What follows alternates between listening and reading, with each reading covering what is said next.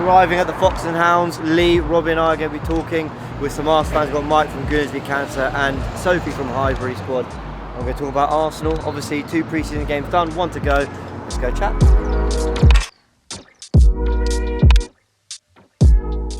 What's up, G? Good, man. You used to be up in Washington. In DC, yeah, I'm back out here now. Yeah. You know what I'm saying? What are you telling me? What are you saying you're going to do? You're going to talk, yeah? You good, yeah? Yeah, they'll talk.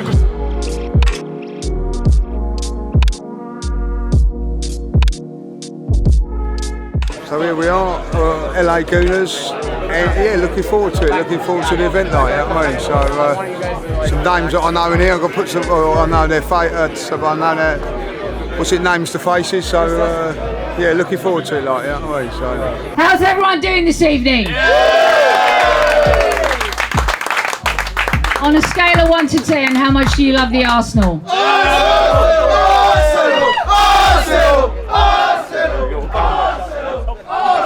Okay, the evidence is clear, you love the Arsenal.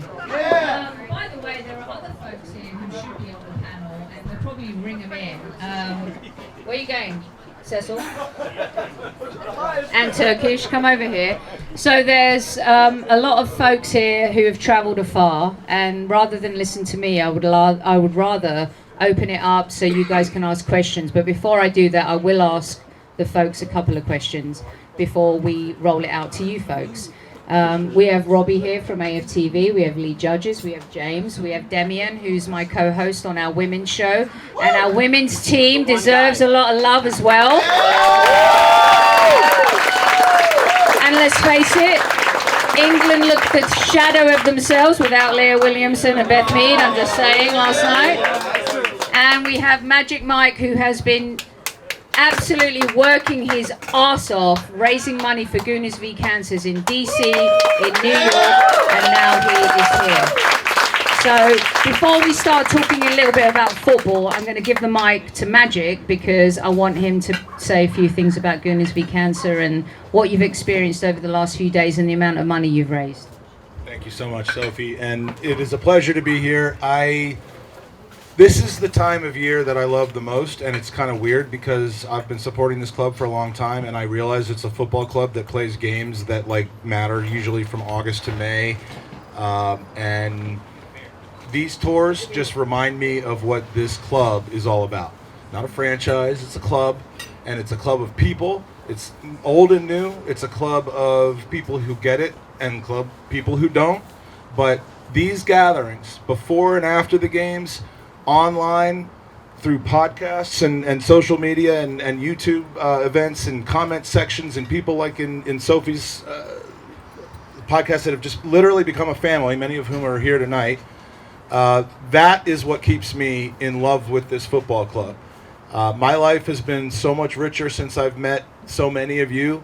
Would have never happened if not for Arsenal Football Club. And while I do live and die with every game, every win, every loss, every draw, every decision that the club makes, that the manager makes, this is what Arsenal is to me. And I just want to thank everybody for being here. We are already really doing well in raising money tonight for Gooners versus Cancer, which is a charity I started in 2018, raising money for the Leukemia and Lymphoma Society after I lost my father.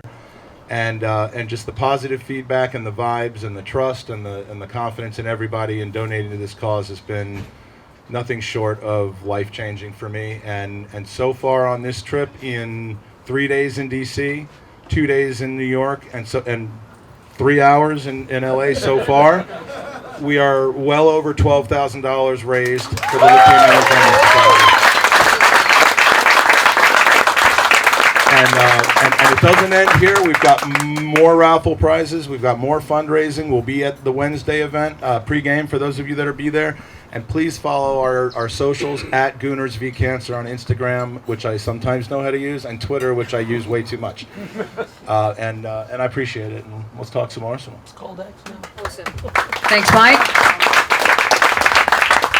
Okay, so let's start talking football, shall we? And talking about our Gunners with all these experts on the panel. I'm going to start with Robbie here, and I'm going to ask Robbie a very honest question because there's a lot of fans that probably want to ask the same question as me, and I want to kind of try and articulate this in the right way. AFTV have actually been a pioneer in podcasting and YouTube channels.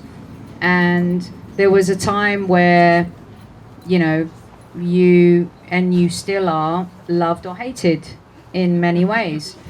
I do feel like James and Cecil and Lee have added a layer of kind of content that is a little bit different to where you started. So for all the people out there who are asking me like why I'm sitting next to you and why I'm on a panel with you, I would love for you to articulate to everyone what AFTV means today versus what it meant yesterday. Well, I think, you know what, I think AFTV has just always been about fan opinion. And I think in the, probably more in the early times of AFTV, we were going through a very rough period at Arsenal Football Club. You know, we had a manager that we all grew up, most of us loving. You know, he brought us the Invincibles. He was an unbelievable manager that we all loved. But unfortunately, he started to decline, and it happens. I mean, it happens to all the very best managers and players. It just naturally happens.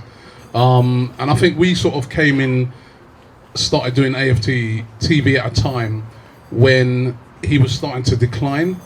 And so you started to have some fans who would voice their opinions where they were sort of saying, well, you know what, we feel it's time for a change of manager. And then you'd have other fans that were, well, listen, this guy's done so much for this football club. You know, it's almost like, I don't know what word to use, but, you know, just to say anything against him or against that was like the wrong thing to do. It was a crime. Yeah, it was a crime. So there was always a balance to try and strike. And then as time went along, it declined more and more and more until, I always say that when I first started doing AFTV, I probably think about 20% of people would have said they'd like a change of manager. By the time he sort of did leave, it was probably up to about 90%. And we were there in the field, we're covering it, you know what I mean? So, you know, if there's we go away to Chelsea and we lose 6-0, it's very hard to find a fan that's happy, you know, or a fan that's going to be very positive. And, you know, and that's what we do. We're outside every game speaking to fans. So I think that's why, you know, in those days in particular, we probably divided opinion. What we've done over recent times is we've tried to, as well as just speaking to fans outside games, and we've tried to sort of spread the content more. So it's not just about speaking to fans outside the game. It's about doing watch-alongs. It's about having lots and lots of podcasts and debates, and you know. So and then we're doing a lot better now. You know what I mean? The team is performing well. You've seen you know, a turnaround.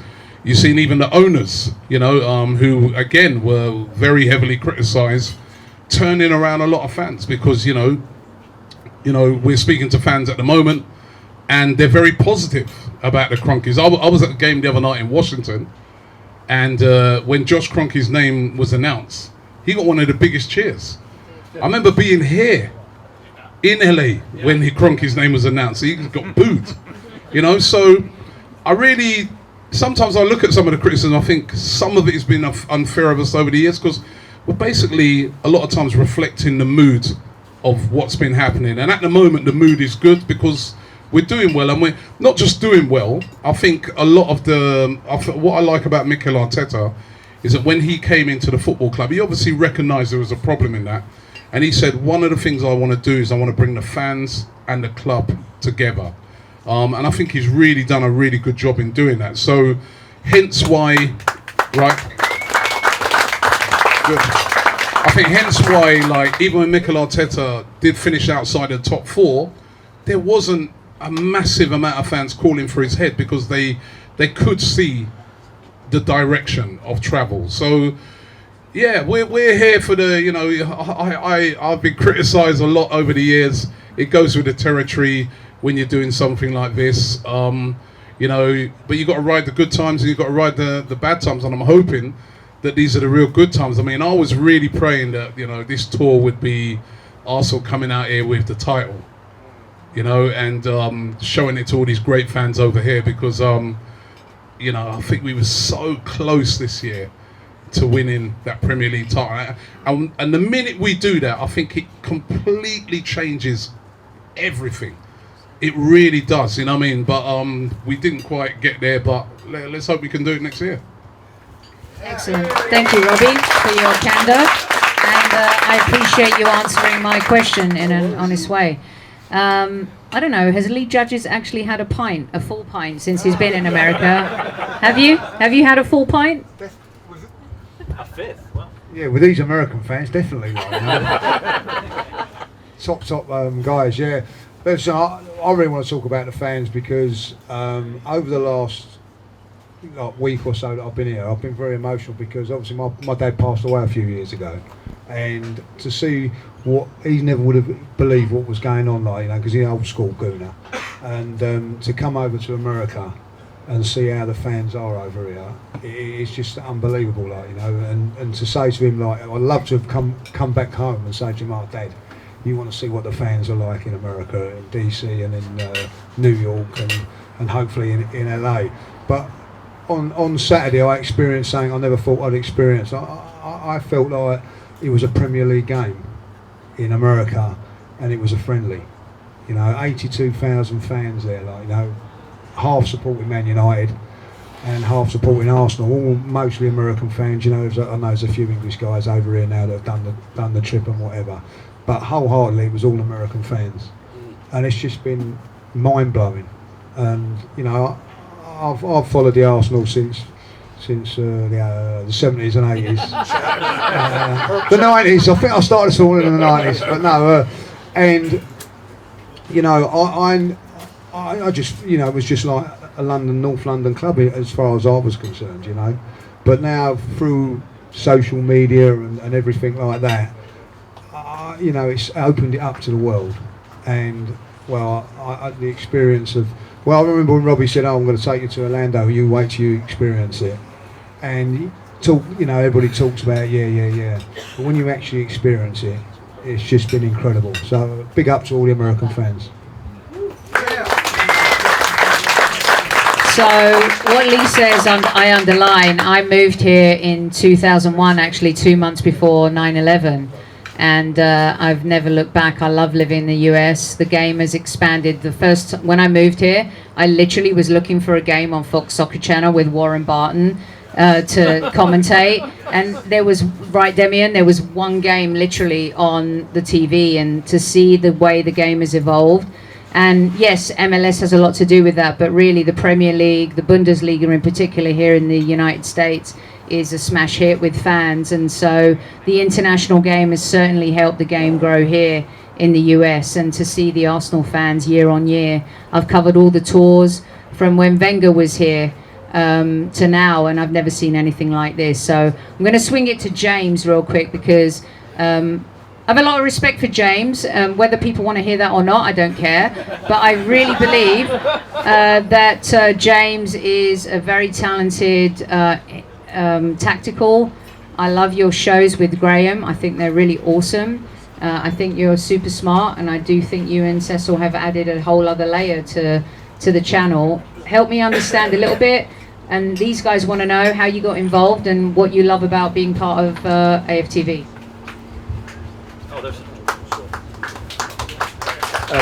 Hi there. Thank you, by the way. Obviously, it means a lot to hear that. Obviously, with all the content you do, and it's very overwhelming when you get. You know, we do these tours, and we have it, you know, outside the Emirates as well. When people kind of recognise your work, it means a lot. It's a very privileged position we're in, that you kind of get that. Yeah, we're very lucky, you know. Okay, some people might hate what we do, and some people might hate the kind of content I do. But yeah, it's very overwhelming when people sort of come up to you and praise you for some of the work you do, and not a lot of people have that in their day to day. So yeah, it's a real privilege. Yeah, how did it all come about, Robbie? I think they were looking for presenters. I chucked my hat in the ring. I studied sports journalism. Then it was kind of during the pandemic time, so as things were starting to open up slightly, but we were kind of going in and out of lockdown in the UK. Robbie was looking for presenters. I'd done a lot of writing. I just threw my hat in the ring. I'd never really done any camera stuff or TV stuff before. And for some reason you like me, Robbie, so thank you. And yeah, it's been 2.5 years, and kind of when I arrived at AFTV, he mentioned the tactical stuff I do with Graham. Look, I'll be honest. I might not be qualified to talk about all that. I mean, I've done a little bit of coaching lessons and stuff, and it's just a side of the game I've always found interesting. I always love listening to Gary Neville and Jamie Carragher, Monday Night Football. I took a lot of inspiration from the way they saw the game, the way they talked about it, and I think one thing that Graham and I always say to people is we're never trying to, how do I explain it? We're never trying to act like we know more than we do. If we have an opinion, we just want to see if there's data out there that supports it, and if we can try and explain what at least we see. We never claim it to be the right answer or definitely what's happening, but if there's evidence that supports it, and maybe we can help people see the game in a slightly different way, because AFTV does the fan cam, the raw opinion brilliantly, I think better than anyone. And I think to have that sort of, tactical insight show comes out a couple of days after, it's a little bit more, let's say it's very developed opinions with sort of evidence and data. I've always loved doing it, so thank you to everyone who supports that and all the other content we do, even though Lee hates tactical insight, says it puts him to sleep, but I appreciate it a lot. Thank you. That's because Lee actually knows absolutely nothing about tactics. I think we've all found out. Real quick, I also want to introduce this guy on my right, Demian Arriaga, who is a superstar in his own right in the music industry. He's been a drummer for the Jonas Brothers. I mean, we'll forgive him for that. But we won't forgive him for the fact that he's a percussionist for Miley Cyrus, because who doesn't want to look at that all night long? But he's also, as a man, he is probably one of the biggest supporters of our women's team I've ever met. He knows everything about Arsenal women. He has flown for a day to go to the FA Cup final and come back to Los Angeles. And he's just been supporting the girls since day one. So I thought it was really important that as we're waxing lyrical about our men's team, let's not forget that our women's team, who won the Conti Cup last year, got close to NWSL. I think we're going to get closer next season. Demian Arriaga. Right? Thank you very much, Sophie. Thank you, Taylor. By the way, Taylor, thank you, MK. Mike, what do you do? Pleasure to be in this panel, on this panel, however you say. Anybody that's not American but lives in America is an Arsenal fan. I'm from Venezuela. Anybody else from different countries? Okay, lovely, awesome. Thank you. I mean, we hear Sophie. We haven't really given her a proper introduction, but Sophie is a historic person. She has supported the women's football for so long, obviously the men's football team, but you are a wonderful, historic, epic, legendary broadcaster, pundit. You're a pioneer. And I'm sorry if this is embarrassing, but it's the truth. I'm sorry. Yes, I like that. Can I get a beer? But one thing I want to say really quickly before we speak about Arsenal women, if we get to that at all, is that just because we're here and we might have a podcast or two or whatever, it doesn't mean that we're any more important than any of you guys. People that have been supporting Arsenal since 70 whatever, they're not more important than somebody that just started supporting Arsenal. Like, your relationship with the club is yours. It's unique, it's beautiful, it's sacred. You don't need to owe any explanation to anybody. You don't need to prove. And I was that asshole gatekeeper for a long time. I grew up watching Arsenal like since 96 or something in Venezuela. And I was like the only Arsenal fan. Nobody supported Arsenal. The whole of Venezuela? It's not a big country, but yes. I didn't have that many friends, Sophie, okay? So I came to the US, and I would drive from Sherman Oaks. I would drive here to the Fox and House. It was the first place I ever drove to in LA. And I was like, oh my God, I'm gonna get along with so many Arsenal fans. It's gonna be great. And then I realized that I was an asshole. And then I thought that people didn't know what they were talking about, and then I just never came back again. And I missed so much of this brethren and some of this sisterhood and some of this community that is so much what Arsenal is, right? We're the most inclusive club, gay gooners, we have quadruple winning women. This kind of content, what Robbie has done, what Lee has done, what Sophie has done, it's like every club wants to do that. And I realized that I've been pretty much not the most proper fan through, like I said, gatekeeping and some sort of really foolish feeling of sort of superiority or whatever, however you say that word, sorry. See why I shouldn't have a podcast. But I feel that what Arsenal have become through the sort of different media channels like Lee has done, like Sophie's doing, it just reminded me of that, of community, of how lucky we are and how much the club means to a lot of people, and what Mike does, what Taylor does here in LA, what all the other Gooners do all over the country. It's so beautiful to see, and it's just, I love how also the club seems to be aware of a lot of these things, and they might support some causes more than others, but I don't think that there's a lot of clubs that do that. And for me to be part of this community in sort of a rogue way, in my own sort of weird, messed up way, I feel so much of my identity is being an Arsenal fan. And I'm privileged to be here, and I'm glad that people like Robbie make content, because it made me want to be like, oh, well, I want to make content too. So, again, like I said at the beginning, because we make content, it doesn't mean that we're better or more important than you guys. And I hope that a lot of you feel inspired by making content. If you don't like my podcast, I encourage you to do one, hopefully that's way better, and shine a better, bigger light on Arsenal women. Or they don't like the Hybrid Squad, or they don't like Arsenal Fan TV. Do it. And if you don't do it, you're still a big fan, and we still love you, and this club belongs to you just as much as anybody else. So, thank you. Very well said. Love it. What do you mean, don't like the Hybrid Squad? What the hell? All right, you know what? I'm going to do something spontaneous now, because Magic Mike hasn't spoken in like 5 minutes, so he must be having like palpitations. So I'm going to hand it over to him to ask a question to someone. Spontaneously, why not? Go on. Okay, all right. Who wants to be asked a question? On the panel. Oh, on the panel. Oh, okay. Sophie. How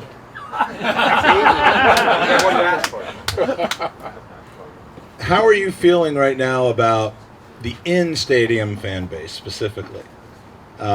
The environment, the changes in the we've all seen them over the last couple of years.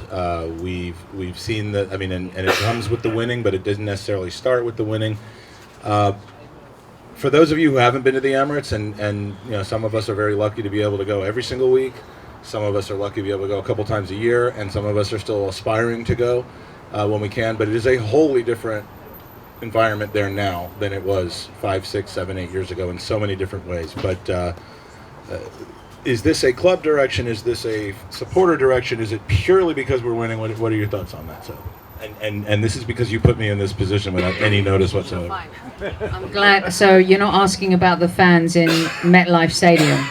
So what happened? No, the ones Those, who look like I used to look. yeah, all swinging yeah. and stuff like this. They're fighting each other. So I've lived in the US, as you guys know, for like 20 plus years, but I go back home for as many games as I can, 4 or 5 times a year. And I've never seen anything like it at the Emirates since the Emirates was built. I'm a Highbury girl. I used to, stand when no one wanted me to in the North Bank. And, that was the jam. Highbury was amazing. It had the most incredible atmosphere.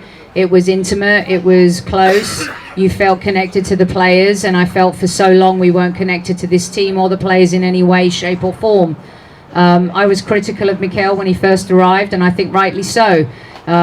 You spent money, you didn't deliver, you finished 8th, you lost to the man you replaced in the semi-final of the Europa League, and I felt like that was a little bit humiliating. You start the next season 0-0-0, and so I felt it was warranted to ask all of those questions. However, that doesn't mean that you can't support him now. That doesn't mean that you can't love what he's doing now. That doesn't mean that if you were critical at the start that you can't recognize and see what you saw as a critic early on in terms of what you wanted him to do now in the club. So the fans have a massive part to do with that. But Super Kevin Campbell always says to me on our show, winning cures everything. So when you have a team that delivers and plays with heart and passion and gets results, the fans respond to that. And I feel like the instigator was the team, the fans rode with that, and then the fans helped drive a lot of that. And you guys are in the stadium a lot more than I am throughout the season, and so I'd love to hear your take on that. Yeah, definitely. I mean, the atmosphere at the Emirates has been incredible. and it hasn't, as Sophie says, it hasn't always been that way. But over the last couple of seasons, it's been amazing. Obviously, we're playing a lot better, but it's not just been that, I don't think. I actually think that there's been a few things that Mikel Arteta has done, as I said, where he's brought the players closer to the fans. And another thing that I think that really changed a lot of people's opinions on Mikel Arteta was the documentary, the All or Nothing documentary, right? Because I felt for a long time that over the years there's a lot of fans that feel that the managers, well, not so much when it was Arsene Wenger, but more the players. That a lot of players that have played for Arsenal in the past don't really care, you know. And whether it's true or not, we don't know, right? But there was a perception that, you know, if they lose a game, do they really care? You know, they're getting their £100 a week or whatever. Do they really care? But I think when you saw that All or Nothing documentary, you saw that Mikel Arteta really cared. He really cared. You saw that there was one bit in there, Aaron Ramsdale, where we'd won a game, but he let a goal in, and he whilst everybody else was really happy, he wasn't. He was really upset that he let that goal in, and he cared. And I think that's been very important to see that, because now fans are realising that these players on the pitch are giving everything. They're giving everything for the club. And there's really been a connection between the fans and the players. And if you wanted to see the biggest example of that, was Granit Xhaka last year. It was incredible, right? I mean, I was in the stadium when he threw that armband down. I'll tell you, right? I'll tell you, if those fans could have got hold of him that day, he would have skinned him alive, right? They were really, really upset with Granit Xhaka, and he was upset back, and there was, you know, there'd been issues. I felt leading up to that he was a player that had become very scapegoated. Anything that went wrong, it was always his fault. He hadn't been playing well, but, you know, he was getting the blame for everything. You contrast that with now, you know, when, you know, we all found out he was leaving on the last game of the season, the fans were singing, "We want you to stay." And you can see like he had a tear in his eye. Because he scored 2 goals in the first 8 minutes. He scored 2 goals. He did score 2 goals in the but yeah. And I just think that sums up the connection. It sums up the connection because, you know, and again, that's down to Mikel Arteta, I think, because when Mikel Arteta came in, he said, "He's my guy, and I'm keeping him, and he's a very, very important person in this team. And he's very, very important in the dressing room." And again, we saw that. We saw it with that documentary. And a lot of times I've been speaking with Arsenal officials and that over the years. I've been saying, the problem with you guys sometimes, come on, be a bit more open. We just want to know. I know you can't tell us everything, but you can't just always circle the wagons when things go wrong. This is a time of social media and that. You've got to let people know how you guys are feeling as well. And I think Mikel Arteta has really done a good job with that. So I think that as well as obviously the results are going well, but I really do think that that's what's helped the atmosphere really, really grow. The club are making a conscious, you know, waves to engage with fans, and it's been incredible. I mean, you know, Lee. I mean, we've both been season ticket holders at Highbury, just like you, and we know how great it was there. But there's something special happening at the Emirates at the moment. Yeah, I think there is a couple of things that I think have done that. I think COVID, when the fans couldn't go, I think all sort of fans realised, you know, that we missed it, and of course the club, and not just Arsenal, all clubs realised that football weren't the same without the fans. But also, I think the biggest thing, and I always say this, like 5 years ago, if I was given a shirt, because I won't want to buy one, but if they give me one.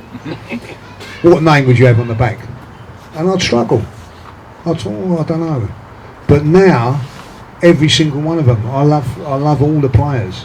So if you love the players, so for instance, from Ramsdale, you know, made the mistake at the weekend, you kind of forgive him a little bit more. But if it was someone you didn't like, you know, like, let's say that Mustafi done the mistake that Gabriel did, there would be a lot more nastiness towards it. Blasphemous. But yeah, blasphemous. But what happens now is that, you know, I quite like Gabriel, so I'll forgive him. And I think that's something that's, you know, basically a lot with me, is that when I first started following football, it wasn't because of the football club. It wasn't because of this and that. It was the players, certain players that I fell in love with or liked watching. And I was worried, like, for about 5 years. If I was a young kid, my son, I've sort of got him back to the Arsenal, but there was a time when he said, You and Kevin Campbell. oh no, it's terrible, like, you know, because my son, I'll be really honest. My son never left. So like my son, and I think he is an influence when things are going well. Oh, Dad, I don't really want to support Arsenal. So I said, why is that? Because they're shit. You know what I mean? And I said, well, who are you going to go and support then? So he said, well, it's out of two. So I said, who's that then? So he said, Chelsea or Man United. You know, and the reason was because they were winning at the time in those days. You know what I mean? So I've turned him round now. You know what I mean? I've turned him round. Okay, so talking about players, let's hit up James here in terms of our new signings. Who wants to hear from James about new signings? Okay, so I was in the stadium, you guys were in the stadium for the MLS All-Star game, where Kai Havertz, apparently according to the Arsenal Universe, failed miserably at the skills challenge, but then scored a volley the next night. Feels like he's going to be a bit of an Ozil, maybe. Frustrates people because he looks lazy, but he's super smart here. Maybe when he plays with Odegaard, it'll be a lot different. James, what's your take on Kai Havertz and what you think he's going to offer to the Arsenal? It's a hard question because I'll be really honest. I don't understand it. I don't really understand spending 65 million on Kai Havertz. I didn't see enough at Chelsea, though he had flashes. We know he won them the Champions League with that goal, and he showed flashes of quality. But they were happy to let him go, and you can't ignore that. But then you also can't ignore Mikel Arteta, who's done so much right for the club, that actually he's got to a point, especially with his really high-profile signings, whether it's Ramsdale for 30 million, and remember the reaction at the time for Aaron Ramsdale, Ben White for 50 million. There have been a lot of players that we weren't sure of, and even Jorginho in January, I think, has come in and done pretty well. So we're all willing to be patient. In terms of why he's brought him in, again, like I was saying earlier, when sort of Graham and I do these shows, we won't just make it up for the sake of having the answers. I don't have the answer. I don't know. He seems to have tweaked the way Havertz plays in the team, in that he seems to press hard at the pitch and Odegaard slots in. It doesn't make a lot of sense to me. I think in Rice you've got a ready place, not just a ready-made, not just replacement, but upgrade on Granit Xhaka, if I'm honest. That's certainly for the long term. So I thought he'd come in and play in that area of midfield. So look, we'll see with Kai Havertz. What I'll say is clearly talented, and what you look for often in players is attributes. Has he got the height? Yes. Has he got the ability on the ball? Can he score goals? Can he play multiple positions? He actually ticks all those boxes. So let's be patient. I think Mikel Arteta's earned our trust to tinker and play around. And the one thing I'd say as well, some people were saying, why is he moving away from what he did last season? Last season we were really, really good, and it wasn't enough. That's how good Man City are. And I hear a lot of fans sometimes complain, say, yeah, this is great and we're better, but we can't just keep copying Pep. We can't just keep trying to be Man City. Well, if you're not going to try be Man City, which I agree with, you've got to do something else, and we've got to allow Arteta that time to try that something else. Pre-season, the time to do it. I don't want him to do it across all of pre-season. Barcelona, I hope to see something that's a little bit more familiar, but I just think for these opening 3 games, one's been very good, the other 2 not so great. Hopefully he's got that time. He's had that time to practice and tinker. Hopefully things start to look up from now. Beautiful. Thanks, James. Excellent answer. Speaking of new signings, one of the biggest signings Arsenal have made all summer is Alessio Russo. Yes. Now, I will readily admit I am not the most in tune or knowledgeable person about our women's team, but I have certainly noticed in recent seasons that our club is more than just the men. We've sold out the Emirates for a Champions League semi-final, I believe, which is unbelievable. Was that the Wolfsburg game? Yeah. We're playing more games there next season. We have a team that's super, super competitive, has won things, will be winning things, amazing players, and there's no one that in this room, perhaps, that knows more about what's happening at Arsenal on the women's side than Demi. And so, so I want to ask you, Alessia Russo, what's going on with the team right now? What do we expect from this season, and why? I mean, I'm not asking this from the way that it sounds, but like, why should we watch the Arsenal women's team? Obviously, we should watch them, but what are we going to get out of that this season, and what do we expect the ceiling is? Wow. Do you have more difficult questions? Well, the eighth and ninth part of the question are coming soon. Well, the first thing I'll say about Alessia Russo signing is that what I feel is that we finally stuck it to Man United after Robin van Persie. Yeah. That's what I can explain in sort of like the simplest terms. Did the little girl inside her always want to play for Arsenal? I will not deny nor confirm that comment. But yeah, so if a lot of people aren't familiar with Alessia Russo, she was a star striker for England, star striker for Man United at her peak, the most talked about English forward in a very, very long time, and she just switched to Arsenal, right? And that is huge because it basically buries any chance of Man United being any good in the next few years, right? So I think we can all agree that that's kind of great, right?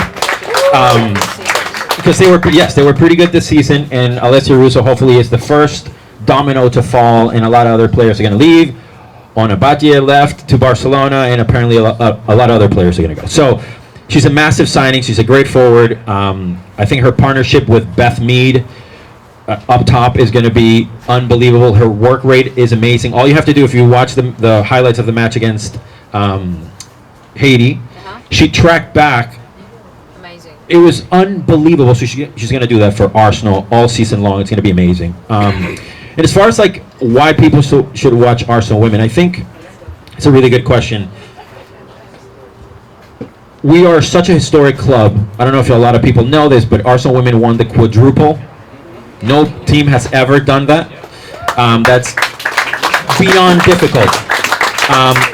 Our current players are captains of their respective nations. We just saw Steph Catley captain Australia against Katie McCabe with Ireland.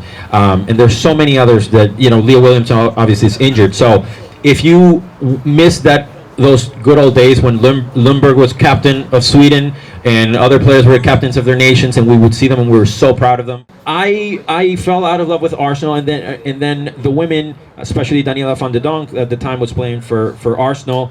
And I'm a massive Dutch supporter, so Dominique Janssen, Sarina van Veenendaal, obviously Viviana Miedema, Jill Roord.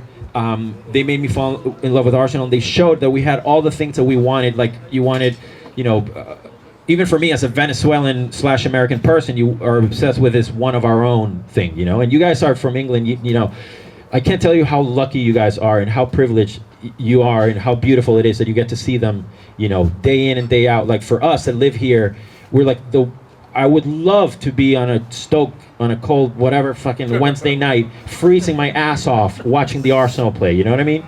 Like, what did I say? Well, that's the thing, right? I've learned that, I'm trained, I'm domesticated.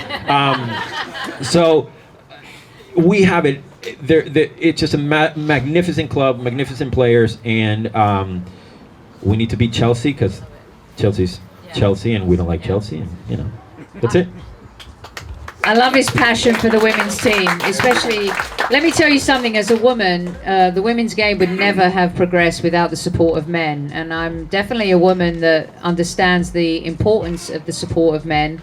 And if you missed a show, we had Vic Akers on our show who talked about that quadruple season, and I encourage you to listen to it if you want to know a little bit more about how the women's team started. You're talking about women who used to sell tickets to the games in the box office, and they were pulled aside to just go play for the team when it was incepted. So it's a really phenomenal story, and Arsenal are truly trailblazers.